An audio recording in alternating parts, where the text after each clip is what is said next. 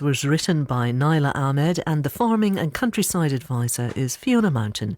It was directed in our Birmingham studio by Pip Swallow. The editor is Jeremy Howe. A global blandemic is affecting the way our buildings and cities are designed. One of the things that has been striking to me is how little architects actually thought about the people in their buildings. It's bad for society, the environment, and our well-being. People have lost the sense of home. I'm the designer Thomas Heatherwick, and I'll be showing why reshaping our urban landscapes will benefit us all. This loss must be regained. Building Soul, starting next Tuesday morning at 9 on Radio 4 and BBC Sounds. And now on Radio 4...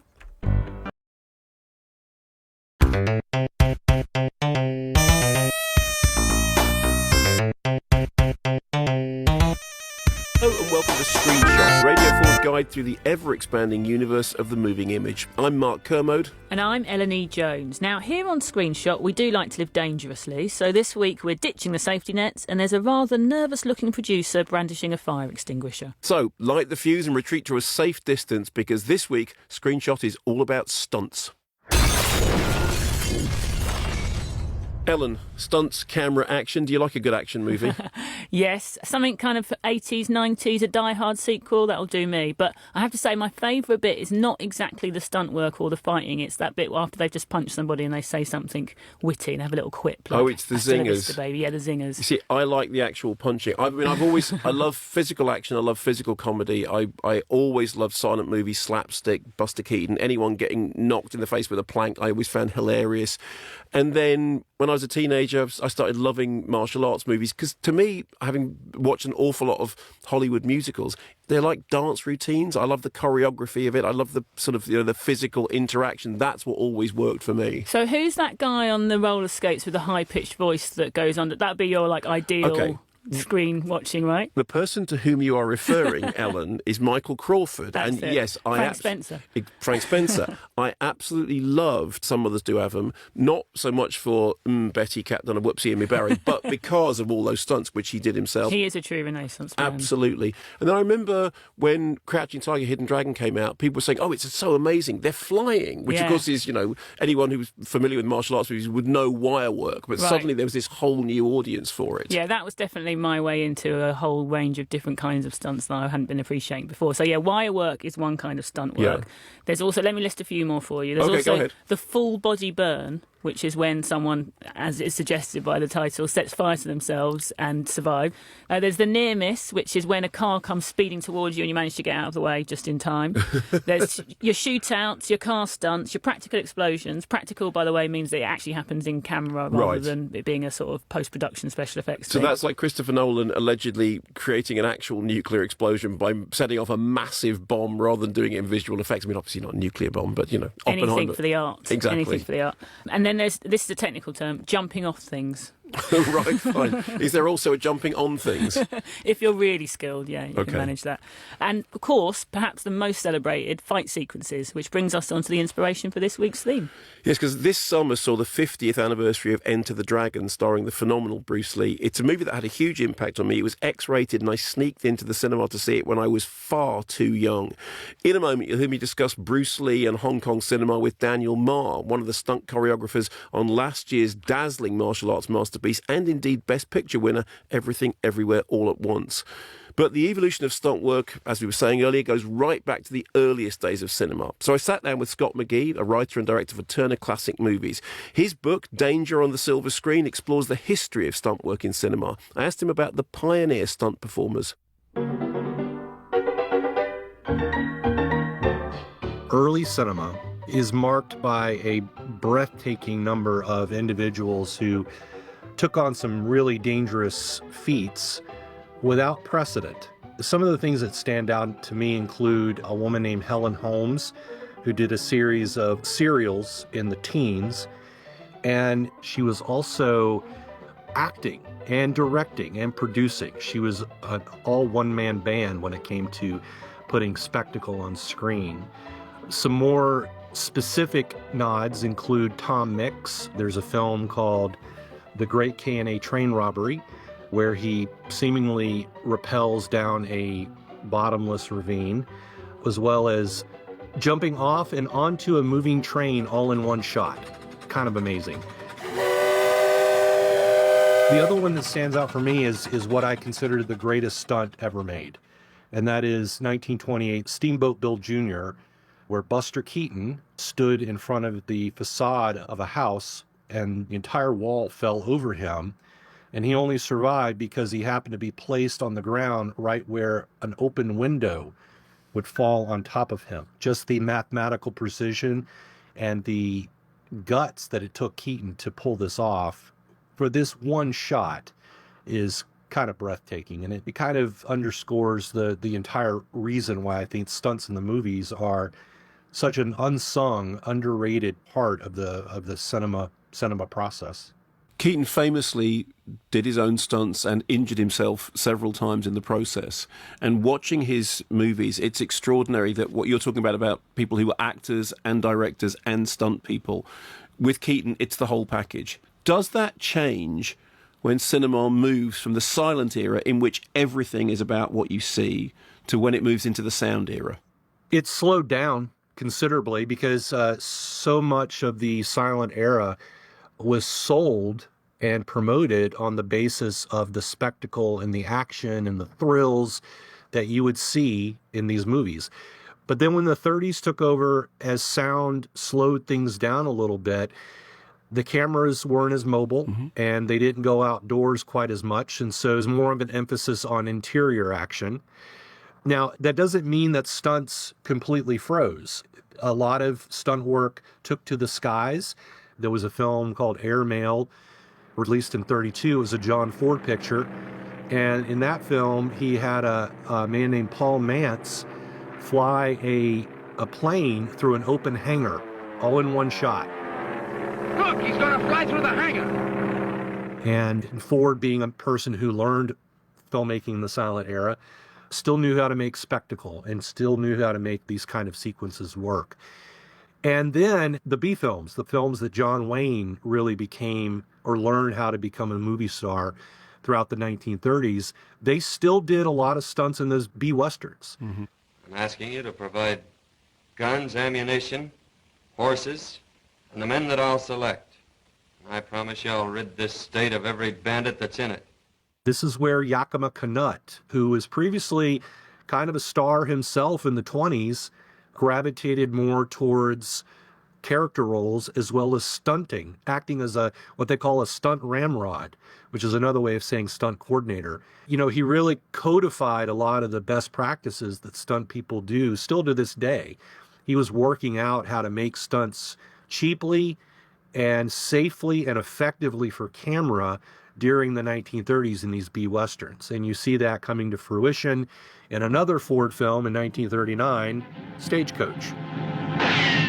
It was sort of the kickoff for the modern era of stunts in cinema. But it all came as a connection, as a progression from the silent era into the 30s and coming to bloom with Stagecoach. Do you think that there is a connection between the evolution of stunts and the evolution of the cinema art itself? Do the two things happen hand in hand? Yes, I do. I would say that as cinema progressed, I think people became more and more comfortable with the artifice of Hollywood. Camera work especially, I think, really contributed to the evolution of stunts in the studio era, in the post-Citizen Kane era, if you will. And so rather than just being performers in front of a camera like they were in the 20s and into the 30s, I think stunt people became full-fledged filmmakers, and that they learned how to use the camera in support of their own work. Now, it could be that the way the camera was used and how the cinematographer captured the shots, it might have dictated safer ways in which they were able to do these stunts. But I would wager to guess that most of the moving camera, if you will, it allowed them to take even greater risks. You know, take a look at a film like The Thing from Another World, and you compare it to an earlier film The Trail of 98 came out in 1927, a Clarence Brown film, and in that picture, you have a character played by Harry Carey who sets himself on fire inside of a room. It's an early example of what they call a full body burn. The stuntman is entirely engulfed in fire. And it's a pretty incredible sequence for the time in which the stuntman stumbles around being wholly lit on fire. Well, when you take The Thing from Another World in 1951, I believe, you have a very similar scene where a stuntman is being engulfed in fire, but when you compare the two, they are not in any way similar, because the stuntman in The Thing from Another World, I mean, the entire room is on fire. Yeah. So how they were able to shoot this with cameras inside the studio and how it kept everybody safe, but yet also get the shot, that to me implies that these stuntmen were not just people putting on a show in front of a camera and letting the director and the cinematographer worry about the shot. These guys were working in tandem with the director and the cinematographer. You see still today where you have stuntmen, stuntwomen too, are not performing just for the camera, but they are acting as fully fledged members of the entire filmmaking unit. So I think that in the studio era, as cinema matured, I think stunt people too also matured. Scott McGee. An important chapter in the story of stunt work is Hong Kong cinema. From the mid-80s to the early 90s, films such as The Police Story and Once Upon a Time in China series became hugely popular and critically acclaimed hits. Martial artist and filmmaker Daniel Ma is a child of that golden age, and today he's an LA-based martial artist and full-time filmmaker. Crucially for Daniel, it all goes back to Bruce Lee. So it started when I was about 5 years old, and I saw Enter the Dragon for the very first time. My parents were watching in the living room. It was a rated R movie, but I guess they trusted me with the subject matter. But that was the first time I ever saw Bruce Lee. And Bruce Lee was this charismatic person who was strong and self-reliant. He can defend himself and others. And most importantly, he was Chinese, just like me. So I started to realize that there was strength in the Chinese identity. And even though I didn't have those words back then, that meant a lot, because as a kid, I was overweight, I was not confident, and I was picked on in school. So seeing somebody who embodied everything I wanted to be in the films played a pivotal role in my upbringing. And naturally, it was something I wanted to imitate and eventually take on in my own life. How much does it matter whether or not an actor can do their own physical work? How much more difficult is it when you have to replace specific characters with a double? I think it's fundamentally important for an actor to actually know martial arts if they are portraying a person or a character who does martial arts. I'll go into a little bit of Hong Kong film history in order to demonstrate my point. Hong Kong action cinema blew up, gained worldwide recognition, made possible by a generation of martial arts actors like Jackie Chan, like Sammo Hung, like Yuen Biao. I think the reason why this genre of film was so groundbreaking, so successful, was because it directly proceeded from a childhood of training. Mm-hmm. You know, they used to train in a Peking opera school day in and day out. So everything that they brought to the screen was a product of their upbringing. You know, nowadays you have many, many action stars who don't necessarily have a physical discipline like martial arts. And you're still able to make these movies and they're still able to be stars. But the reason why I think this particular brand of action has gone by the wayside is because that discipline's no longer there. There's been a cultural shift where, because Peking opera has fallen out of favor and there's no regimen as rigorous to replace it, what you naturally see is a drying out of this well of talent.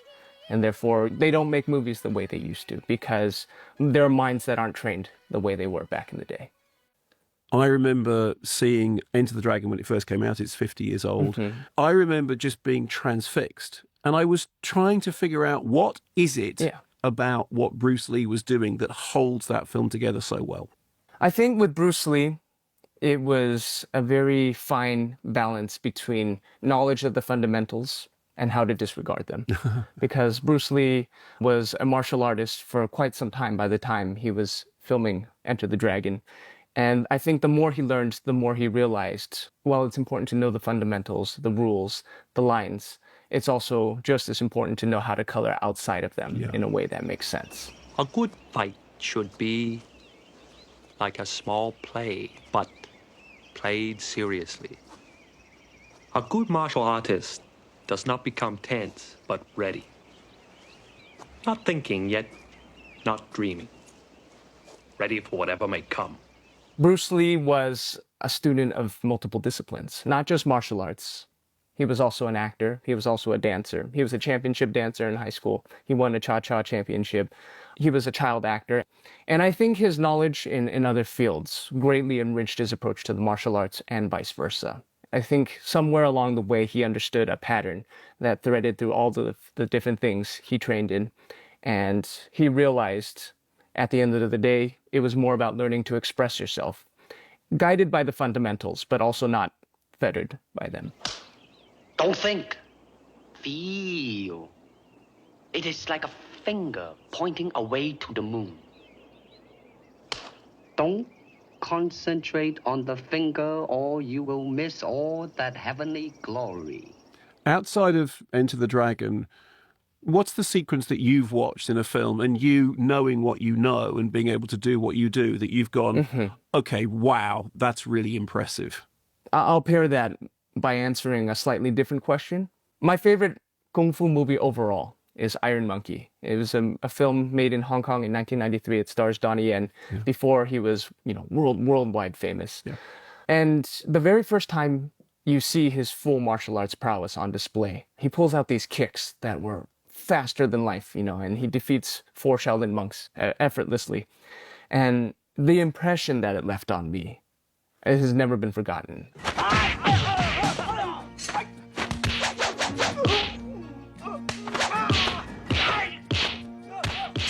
And, looking back, knowing what I know, I realized that there were tricks, camera tricks employed in order to make it look exactly the way it does. Nobody actually kicks that fast in real life, but it's the overall impression. And it can't be done without a certain special amount of expression, without a certain amount of technical prowess. And I think at the end of the day, it might not be the most technically advanced sequences, but it did leave the deepest impression. At the end of the day, it's how you make the audience feel. I love the fact that you keep coming back to the word expresses, because I think people often find it very hard to talk about how action cinema works. I mean, I'm a film critic and I know I've tied myself up in knots going, this fight sequence is really good. And you end up saying, because it's like in one shot and it looks like it's actually happening. But I think the expresses thing is quite profound, because I think what you're saying is that it is a way of getting across the story in a physical form. Am I reading that correctly? I think you're absolutely reading that correctly. At the end of the day, what separates good action from bad action is what it manages to convey to the audience. If you're able to give the audience the sense of not only what's happening, but what's going through the protagonist's mind, what's going through the antagonist's mind, and if you're able to drive the story along, and make it so that you can't just shut off your brain during this action sequence. Yeah. Unless you miss something important to the story. Then you've succeeded. Daniel Mark. Ellen, I love the fact that Daniel was talking about stunt work as basically narrative, as a way of telling the story, because for me that ties into my love of dance and musicals in which the dances tell the story. And I think what he's saying is that stunts are doing the same thing when they're at their best. Yeah, and it's so important. I was reminded of how important it was recently that stunts are allowed to tell a story as well as just being kind of, woo, look at the spectacle. Yes. Because I was watching Expendables 4. Expendables. Yes, thank you. That's its proper title. I couldn't pronounce it, but thank you for doing that for me. As well as, a sort of increasingly decrepit Sylvester Stallone. There's a lot of really exciting martial artists in that film, including like Tony Jaa, who I love from the Ong Bak movies. But you can't really appreciate them doing what they do best, because every time they kind of make a move, there's like another edit. It goes cut,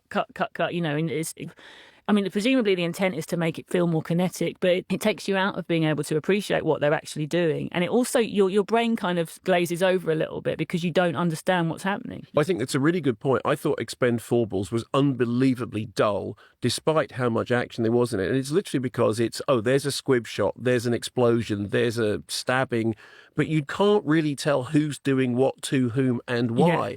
And it made me think of when I saw the musical of Chicago. I know the film was a huge success, but there were so many edits in the dance sequences, and it made you long for the period of classical Hollywood musicals in which dances would be done with very, very lengthy takes. Gene Kelly comes along and makes the camera dance with the performer, but you're still getting long takes in which you can actually see what's going on. And I do think in the case of that new Expendables movie, you can't follow the stunts. They're not narrative. They're just like a series of set-piece fireworks, which I think is a real shame. Also, interesting that Scott McGee was talking about, in the wake of Citizen Kane and Stagecoach before that, there is a connection between Stagecoach and Citizen Kane, which is that Orson Welles, who hadn't made a feature film before, in preparation for Citizen Kane, sat down and watched Stagecoach over and over again to understand the language of cinema. So when Scott's talking about that as being really important in the history of stunt work, it's also really important in the history of what we think of as great cinema, because Citizen Kane is considered by some people still to be one of the greatest movies ever made. And the person who made it sat down and watched Stagecoach to learn how to do it. And it's another example of this great point that I think you made, actually, to give you proper credit, which is about how the evolution of cinema actually goes hand in hand with the evolution of stunt work. Absolutely. Although I wonder if that's still happening, because the film I keep having conversations with people about lately is Mission Impossible 7. And what we're talking about always is, of course, Tom Cruise's amazing stunt. Real Tom Cruise. Real bike, Tom Cruise. real He cliff. really did it. All of that kind of stuff. And you would think that these days, because with all the AI technology and the very advanced kind of deep fake technology that filmmakers have at their disposal, there would be no need to ever do anything real in camera ever again. You can fake up whatever you want. They can make us see whatever they want us to see. And yet here we have everyone getting excited about Tom Cruise really driving off a cliff. But I think that's because physical action in front of the camera ages much better than visual effects. I mean, Daniel Marr was talking about the whole tradition of Peking opera and people learning skills in that and then coming through to martial arts movies. And I think when you're seeing something performed in front of the camera, there is a reality to it that doesn't age in the same way that VFX do. I mean, something can look really brilliant and flashy as a visual effect on screen, and 2 years later, it looks old and dated. Yeah. But there's a reason why we can still look at Buster Keaton and the house falling down around him, and Steve McQueen can get a Turner Prize for recreating that all those decades later, because it's timeless, because it is physical. There is a physical training and skill and discipline which transfers to dancers, which transfers to martial artists, which transfers to stunt practitioners, and when you're seeing it for real. And I agree with all that. And I'd also say that I think one of the chief pleasures of going to the movies is getting to vicariously experience something that you would never do in real life, or you wouldn't want to do in real life. You go to a horror film to experience the thrill of being chased by a serial killer, but obviously you wouldn't want that to happen in real life. And with action movies, it's stuff like ridiculously dangerous stuff like jumping over a ravine or something. You get to experience that through the eyes of the character. And if you know that on some kind of level of reality that really happened, it's all that more intense. You're listening to Screenshot from BBC Radio 4, and this week we're up on the high wire of stunts on screen. Now, Ellen, we've been talking about how important stuntmen and women are to cinema. I'm ashamed to say that I would struggle to name a handful of stunt people. Why is that? Same here. That's because traditionally there has been little glory for the stunt performer. While they put their body on the line to get the perfect, thrilling take, they'll never get the credit or the awards that the big stars, the director, or almost all other members of a movie production crew are eligible for. But there is a movement underway to change that. In a moment, you'll hear me talk with one of the first black women stunt performers about Me Too and running in high heels, something I do a lot. But first, Brandon Streisning is a writer and co-founder of the Vulture Annual Stunt Awards. His first love is the action movie, and I began by asking him how the craft of stunt work evolved as the blockbuster action genre came into its own. So the one that I think of the most is Hal Needham, who directed the Cannonball Run, and he was like a big Burt Reynolds guy. He directed that. He directed Smokey and the Bandit. He's not the first stunt person, of course. That goes back even further. I would say with people like Buster Keaton, and you see his influence all over film now. It's all over John Wick 4 especially. It's all over Jackie Chan movies, even the Jackass movies, which I would call stunt movies. Buster Keaton's all over that. Jackie Chan has a moment in Police Story where he's hanging onto the side of a bus. I feel like that goes all the way back to Buster Keaton hanging onto a train and everything. So I think that his influence is just everywhere still. And what are some of the greatest all-time movie stunts? I would say the one that immediately is coming to my mind, but I mentioned Police Story earlier, and even that with Jackie Chan hanging off the side of a moving bus is thrilling to me. But there's a moment at the end where it's one of his most iconic images is him falling through a glass structure inside this mall in the end fight, and this glass is shattering everywhere. And I don't know why when you asked, but that's the first image I thought of was Jackie Chan just falling through glass. And I think because it is iconic, isn't it? And it's so associated with him. You think of Jackie Chan, you're probably thinking of that image. Jackie, don't! Exactly, yeah. And so there's so many stunts throughout time that I could have named, but I think I go back to that the most because I think Jackie Chan to me is the embodiment of stunt person / movie star. And I would say recently, the stunt that took my breath away the most, a little bit of backstory is I had only seen the first 3 Mission Impossibles until this year. Call yourself a stunt lover. I know. So I watched all of them in a row before Dead Reckoning, and of course was blown away. But the one that took my breath away, and I believe took Tom Cruise's breath away, was in Rogue Nation, hanging onto the side of that plane. I'm on the plane! Open the door! How did you get in the plane? Not in the plane! I'm on the plane! Open the door! When you say what are some of the best stunts, of all time, I think that's you could say any number from the Mission Impossibles are in the Pantheon, but to me, that's the top tier because I've never seen anything like that on film before, where you can see the actor's face plain as day hanging onto the side of this plane. It's unbelievable what he does in those movies. Earlier this year, along with the journalist Bilger Abiri, you inaugurated Vulture's annual Stunt Awards. You had categories like Best Practical Explosion, Best Overall Action Movie. What would you say motivated the founding of these awards? I think what really solidified my desire to want to see an eventual stunt Oscar beyond my own personal wish is I spoke to a filmmaker for the Stunt Awards, and we were talking, and he told me that it's not always about awards and success and everything, but he said he did say it's a little demoralizing because he came from a stunt background and everything. And he was like, if you make this great piece of art, that the costuming department knows that they might be eventually rewarded for it, the makeup department. But the stunt people all do these incredible things that, most people can't do. And then after it's over, they look at each other and like, well, that was great. And they know that they're not going to be a part of the ceremony, so to speak. And I think of a movie like RRR last year, which caught on huge with everybody. And that was an incredible movie when it came to stunts and the action.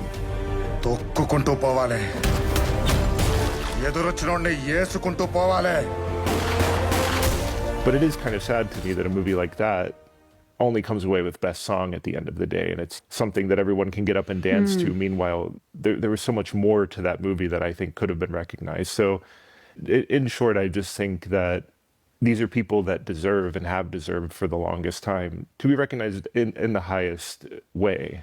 So why do you think the industry is so resistant to giving stunt choreographers and stunt performers their due?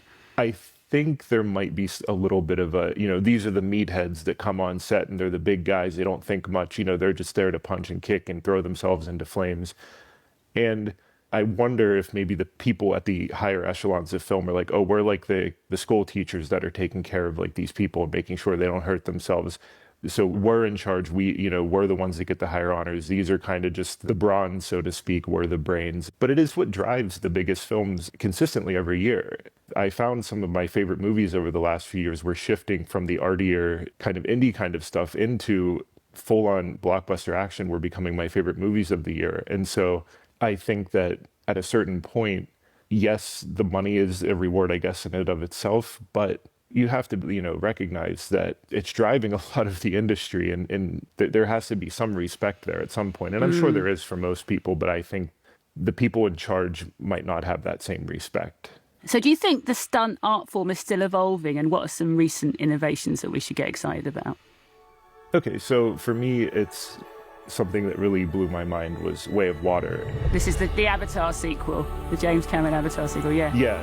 when the new one was coming out, I saw the re-release of Avatar and kind of had my mind blown, mostly because I was like, nothing looks like this even to this day, and this movie's over 10 years old. Story aside, I just was blown away by just how it looked, but it's a very CG-heavy movie. It's motion captured and everything. But I'm watching some of the behind-the-scenes stuff, and I'm seeing stunts being done. I'm seeing people jumping off of things. They're wearing like the motion capture suits and everything, but they're doing stunts, and I think that I don't know if it's evolving the form in a way that might be exciting to most people, but for me it was very cool to see integration of visual effects and stunt work into something that I've never seen before.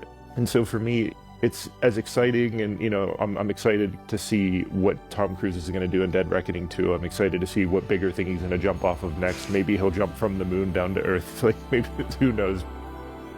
Brandon Streisning. Keep a lookout for news of the next Vulture Annual Stunt Awards. LaFay Baker was a high-achieving athlete in her youth, and she dreamed of working in Hollywood. She was working as a probation officer when she got her first break on the set of In the Heat of the Night. That's a 90s TV show loosely based on the classic Sidney Poitier film. One of the first African-American stunt performers, LaFay is now a veteran stunt woman and a stunt choreographer with a host of impressive credits under her utility belt. There's Clueless, Seven, Showgirls, Independence Day, Blade, Black Panther, and one of my favourite TV shows, Insecure. I asked her to tell me about the stunt she's most proud of. One of the most difficult stunts, which I think was most difficult for me and most people wouldn't understand as a stunt performer, I was working on a car commercial, I think it was Chevy Camaro, and I was in Denver, Colorado, with the altitude ridiculous, and we were so high up. And I had to follow a camera car 30 miles an hour on a wet down, and there was a drop. And it was numerous hairpin turns. And we were up so high, and there were no guardrails. To me, that was the hardest job that I had ever done because it required concentration. Yeah. So would you say this is a job for risk takers and thrill seekers? We don't consider ourselves risk takers and thrill seekers at all. Back in the day, maybe so, but we have so many different types of equipment that allows you to exercise safety, and safety by far is the most important thing. We're looking for how we can get the job done, execute the director's vision, and just keep going. And one thing for me is I'm not the one who will try something first. I'm going to let someone else go first, and I'm going to try to figure out if something goes wrong, what am I going to do to, get out of this situation? Mm-hmm. Even though I'm older now, I don't ever want to stop, but I have to understand that they have the next generation and things have changed and it's a lot more risky. And I know that my body doesn't bounce back like it should. I may look young, but reality is internally, I know that it's not the same. Now there are two outdated, or should be outdated anyway, practices in the world of movie stunts that I think might shock a lot of people who aren't familiar. Can you explain to us what the industry terms wigging and painting down mean? Well, in the past, there weren't that many women that they were working as doubling for actors or actually doing stunts. So what they would do is if a woman if there was a role for an actress, and like say, for instance, a car had to jump into plunge into the water, they would put a man in the car and put a wig on the man, and the man would double a woman. Mm. So that's the idea of wigging. When you place a wig on top of a man to double a female, that's a wigging. Okay, and then a paint down is something that is so atrocious. They have been doing that for years and decades.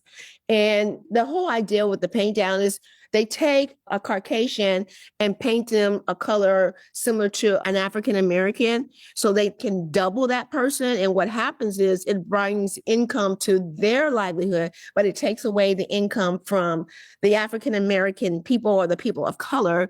When I first started, there weren't that many actors that were doing action-oriented movies, but now it's opened up so much, and there is absolutely no reason why they do paint downs. And is that still happening then? Paint downs. Yeah, we still have that. I mean, I haven't heard any lately like this year, but yeah, they're still happening, because sometimes they say they can't find a Black person that can execute the stunt. But we have so many talented people. And not only that, if you can't find somebody, you go out into a field where someone specializes and you look for that person. Do you think there's something particularly empowering about audiences seeing women doing their own stunts? Well, I look at it like this. Women are badass. So sometimes they can execute a stunt a little differently from a man. And I just think that we can excel as well as in men. But it's been so hidden that women can't do things like men can do. But we able. If you train, we can learn, we can kind of execute things a little differently. I created the Stunt Woman's Action Icon Stunt Women's Award show to honor stunt women because nobody was recognizing women. And we put our lives on the line just like the men do. And sometimes we have to wear hardly no clothing and run in heels to hit the ground with no pads. And a lot of times people don't take that into consideration. And I feel that women didn't get the recognition. So I created the Action Icon Awards. There's currently no Academy Award for stunt work, although some people are working to change that. Why do you think it is that the contribution of stunt performers and coordinators hasn't historically been recognised in the industry? Because as you know, back in the day, the studios and the filmmakers wanted people to think that the actresses were doing their own stunts. So when I got in the business, it was a hush-hush. You never talked to the actors or the producers. You never really talked about what you did because it's your job to make the actors look good. So, you know, Hollywood is an illusion. It's not what you really see. And they want to keep that myth out there. So that's kind of like what it's like. But now things have changed. And yes, we've been working on it for years to try to get recognition. And now that we have a lot more people on the Academy now, I think they're trying to work to have an award. But I'm not sure if they're working as hard for the Oscars. I'm not sure. I don't know. I'm not on that committee, so I'm not sure. But I know they're working diligently. In the last 3 to 4 years, they have more stunt people that are on the Academy Award board of directors now. And just lastly, has sexism on set been a big issue for you in your career? Well, sexism definitely does exist, and so does the casting couch. And sometimes if you don't play along with that situation, it's a possibility you may not work. Did the Me Too movement kind of reach the stunt sector? Oh, yeah.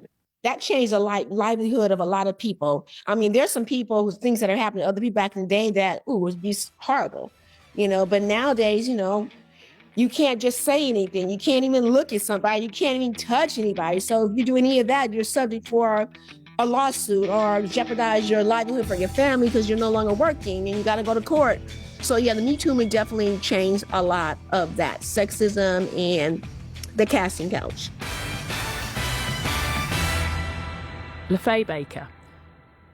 Brandon Streisand mentioned there that RRR went kind of under-recognised for being the great movie that it is. Well, actually, we did celebrate the film with an interview with director S.S. Rajamouli, which you can hear in our Indian Blockbusters episode on BBC Sounds right now. Now, Mark, were you familiar with the practices of wigging and painting down? Well, I remember finding out that Jennifer Beals was doubled by a man for some of the more stunt-like sequences of dance in Flashdance. Okay, I remember that. As far as the painting down is concerned, I was shocked when that came up in the interview. Shocking, isn't it? It genuinely is. And of course I thought, well, how foolish not to have thought about it. But yeah, I genuinely did a double take when I heard that. I mean, I like to think that's something that will go the way of silent film when we start to recognise stunt performers and their contribution to the filmmaking craft, because that's when you'll get these sort of proper employment practices put in place and people will stop thinking, oh, you know, let's get Dave, who we met down the gym, to do the stunt, or stop saying with a straight face that there are simply no women or people of colour that can do this stunt, because that obviously isn't the case. But of course, one of the things that's enabled that to happen is the whole idea of stunt performers being invisible, that they are just anonymous bodies onto whom you can project whichever image you want to. And that's clearly how that's been allowed to happen. But still, even knowing that, I felt kind of foolish thinking, of course, why didn't I think that had happened? And when you started talking about it, I was genuinely taken aback. Yeah. So one way that stunt performers do occasionally get recognised by the larger industry is when there's a film made about them. Oh, okay. So that, you know, there's that 1980 film, The Stuntman. With Peter O'Toole. That's the one. You know, I guess it's not really about a stuntman, despite the title. It's kind of this more sort of existential mediation on filmmaking and life. But there is quite a nice depiction of this on-set culture clash between the people who, you know, do the stuff like fight in wars and do stunts, played by Steve Rails back in the film, and the people who like talk about doing stuff like the director Peter O'Toole in the film. I remember when I saw Stuntman, which was, you know, Oscar nominated, thinking back to the 1950s film Trapeze with Burt Lancaster and Tony Curtis and Gina Lollobrigida, which is about people putting their lives on the line to entertain audiences. And Burt Lancaster, of course, did have all those circus skills is actually doing his own stunts. I think Tony Curtis is doing some, and apparently Gina Lollobrigida doing some of hers as well. Yeah, and it's not just decades old films as well. I know this is one you liked, Polite Polite Society. Remember Loved that? Polite Society. And in fact, we had a guest from Polite Society on the show. Yeah, we had writer-director Nida Manzoor talking about her favourite coming-of-age films in our Coming-of-Age Girls episode. Yeah, absolutely. I loved Polite Society. I thought it was terrific to have a drama built around somebody who dreams of becoming a stunt performer and then has that, that cameo interaction. Yeah, I thought it was really great. There's a real-life stunt performer in it called Eunice Huthart, who people might know from Gladiator. She won Gladiator and then came back as an actual gladiator. And on the subject of female martial arts and action stars, are you familiar with Cynthia Rothrock? No. See, when I was doing the Sight and Sound video column in the late 80s, 90s, I suppose, every month there would be a title with Cynthia Rothrock in it. Most of her movies didn't get theatrically released, but they were fantastic. And she was a really, really great action star, had a style that was all her own. And I remember you'd be going through a little bit like a slew of like erotic thrillers and this and the other. And then a Cynthia Rothrock movie would come in. It was always something that was worth looking forward to. Well, it's not all kind of nostalgia for the stunt world, though. There is some exciting stuff going on in the present. And this is, as someone who thinks of himself as a woman teetering on the brink, very elegantly teetering on the brink of middle age. There's a stunt in that, actually. I really enjoy this genre of films, this subgenre of films that's come along lately, which is basically like action movies for, let's say, old geezers, like okay, tread carefully. Action movies for kind of dad man types who like school these young punks on the proper way to behave on public transport. So I know that you like Nobody with Bob Odenkirk. I love Nobody. And the scene in Nobody in which Bob Odenkirk basically takes out an entire busload of bad guys is that is such a guilty pleasure. I love that sequence. I believe there's a sequel coming to Nobody. I can't wait. He's up for it, even post-heart attack. I was so jealous because you interviewed Bob Odenkirk. I was so jealous. Yeah, and I've also got another name to drop. Go on. I can't pick them up because my back hurts. Okay. But which is my one kind of gripe with these movies is that most of them are about blokes. They're not like the sort of the female role model in her 50s and 60s who's still ass-kicking that I like. Okay. Except for The Woman King with Viola Davis. Yes. She was like 55, I think, when she did that and performing all her own stunts. And of course, Michelle Yeoh, who just won an Oscar for Everything Everywhere All at Once. And of course is very, very famous for her physical performances, as well as being a great actor. She is a great physical performer. Yeah, she's fantastic in that. And sadly, Viola Davis told me when I interviewed her that she wouldn't be making a string of action movies because she was too tired from having made that one. But... And if the name hasn't been flagged up enough during this show, can we just once again say Buster Keaton does hang over all of this as the great icon of physical performance right back to the earliest days of cinema. What Buster Keaton was doing set in motion so much of what we've been talking about. The difference being Buster Keaton was a screen icon because he was known as a performer and a choreographer and all the rest of it. Everyone knew who Buster Keaton was. I thought you were going to say Frank Spencer there for a minute. Well, I would say that I would say there is a line from Buster Keaton to Michael Crawford and then on to Cynthia Rothrock. That's it for this week's Screenshot. Next week is the last show in the series, so I hope you'll join us for a dive into the strange and grief-laden world of a classic of British cinema, Nicholas Roeg's Don't Look Now, which is 50 years old. Until then, you can subscribe to the Screenshot podcast to get every episode from all 6 series. There's everything from Barbie to Bowie, folk horror to video games. See you next week, and thanks for listening. Goodbye. Bye.